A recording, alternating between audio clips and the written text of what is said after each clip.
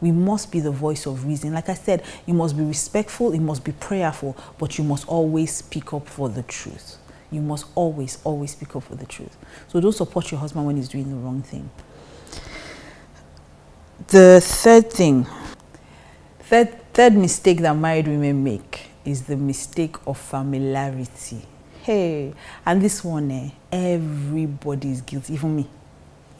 Let me tell you the truth now. Even me. And you know why? It's so easy to fall into that sin of familiarity or that mistake, because you are the one person that sees your husband at his lowest, when he's in his boxers, when he has not brushed his teeth, when he has not had a bath. So he can be a king outside, but when he comes, he's just a boy. You know, just a boy. So you've seen him at his weakest, when he's sick and is crying like a baby, or when you've seen him at every single point, as in, like Nigerians will say, that's not to see finish. You know, and that's exactly what happens.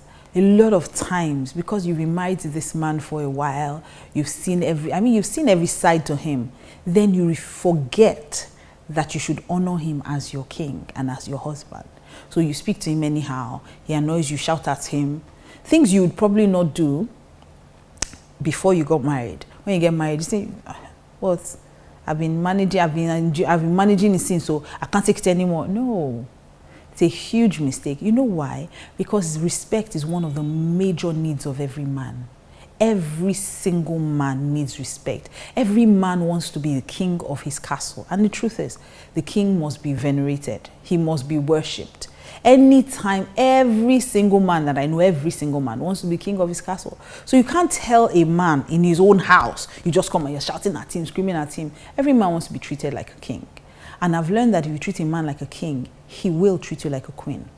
So most times, because we feel that this man, I've lived with him since now, I know him, I can talk to him, we forget that God is the one watching when it comes to marriage. Let me give you an example. When I learned this lesson early in marriage. My husband did something, I think it was the first year. Yeah, must have been the first year of our marriage. My husband did something, I can't remember what it was, but it mustn't have been anything too serious. But I was upset. So I went to my prayer room and I was praying. Okay, let me be honest. I was supposed to be praying. I was complaining. So I was there complaining. God, I'm not going to take this. And I don't know if it was the first time. Maybe the first time in our marriage, I literally heard the audible voice of God. How dare you? How dare you? It's because I gave you my son. I ran out, I've told this story many times. I ran out of the bedroom like somebody was chasing me. I'm like, what? It's like, you must treat him with honor. Do you understand, first of all, that this is your man of God? I said, okay, see why I don't want to marry pastor. I don't like problem. But I learned over time that no matter how angry I am with my husband, he can attest to this. No matter how angry I am with my husband, I must first treat him with honor and with respect. I have never, in the 15 years we've been married, I have never raised my voice at him. Has he done things that have annoyed me? Yes. Has he done things that make me even want to disrespect him? Of course. Has he made things that make me want to humiliate him? Are you kidding me? If you're a married woman, you know that you've experienced every side to a man. There are times where you just want to just press him and let him just press him, you know. They can be very annoying, to be honest. I can't lie to you. And the truth is that even though he's all these things, he's still my head.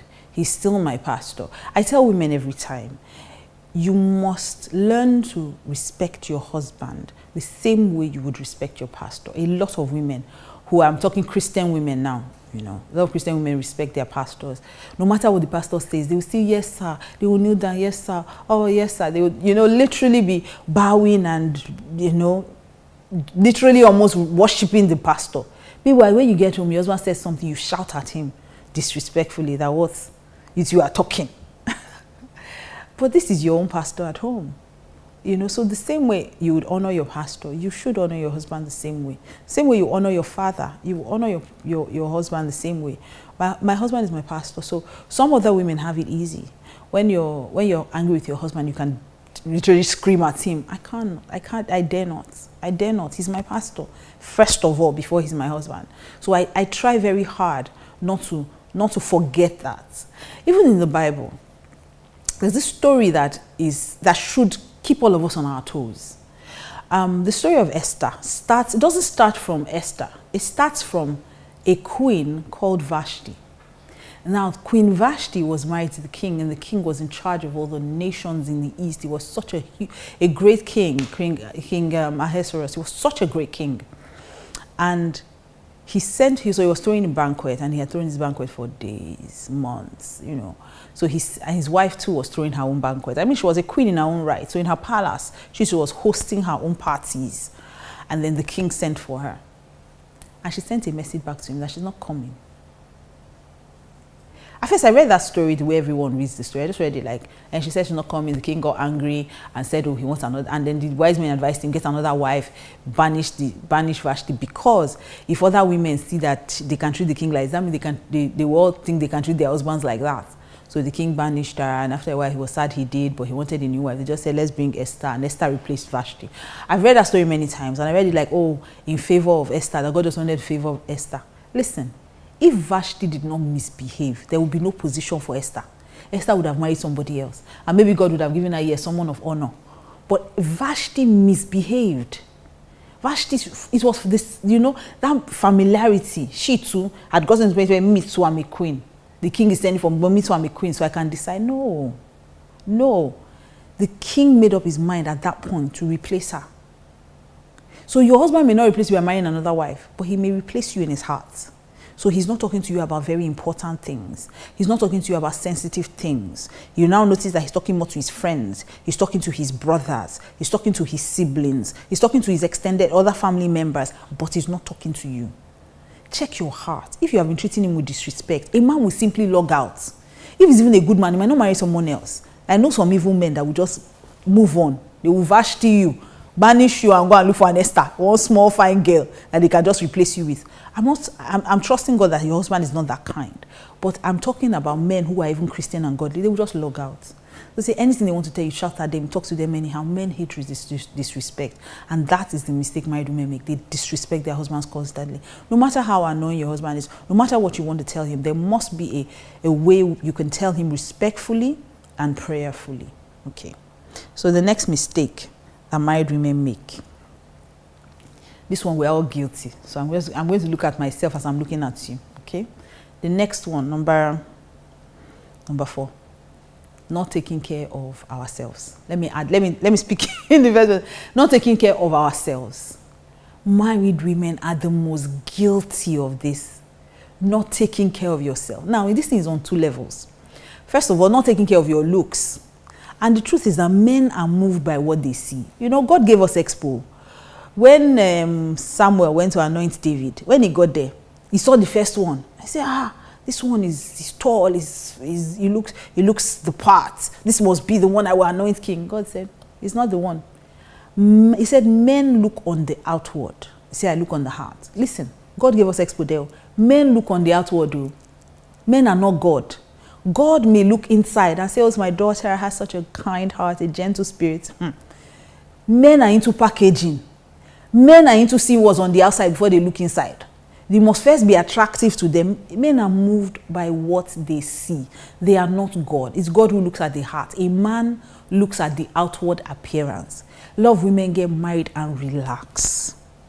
They say, oh, he has married me. Before he got married to you, putting your lashes, your makeup is always on fleek, everything on point. You're doing your hair every 2 weeks. Now, since he got married to you, you've been wearing hairnet, and that hair, you've been carrying it for 6 weeks. You've not washed it once. You are smelling of sweat, and he's just pretending like he's not smelling. You are smelling. If you need to smell your hair, say, honey, is my hair smelling? If you ask your husband, smelling, I'm telling you, he can't tell you smelling, but it's smelling. Wash your hair. Even if you're wearing a wig, please, the hair under the wig. We can't see the tracks anymore. The tracks for the cornrow. Everything has merged together. It's no longer cornrows. It's now farmland, grassland. I don't even know what else to call it. That has merged. The hair you are not doing, you're not washing your hair. By 3 p.m. you have not brushed your teeth since morning. You're walking about with wrapper on your chest. Help him. I know your husband is born again. Oh, my husband is born again. My husband can never cheat on me. Thank you. But must he be under punishment? Thank you that he will not cheat on you, but can't you make it easy for him not to cheat on you? Can't you help the man? So especially in this recent lockdown, it has been amazing. I did a Zoom call with married women weeks ago, and I asked everyone to come put their cameras on. I almost passed on. I said, wait. Is this what the men are seeing? Ladies, wash your hair today. Please help me put on makeup. I started screaming. They were laughing. They said, Pastor, you was coming. I was like, you cannot see yourselves. Can you see yourselves? No, you've not had your bath. You've not combed your hair. You're all wearing shower cap. Some of you have face masks on. Some of you have, not face masks, facial masks. No? So the Shelly, Nixodem, you rub all those things up, you white, and you're walking about everywhere. You've not brushed your teeth in the afternoon. You're walking about. You are smelling. And the man not saying anything to you because he knows that if he says it now, you will nag. You will cry. He doesn't want trouble. So he's keeping quiet. But me, I am ready for your trouble. Go have your bath. Stand up from watching this thing. Yes.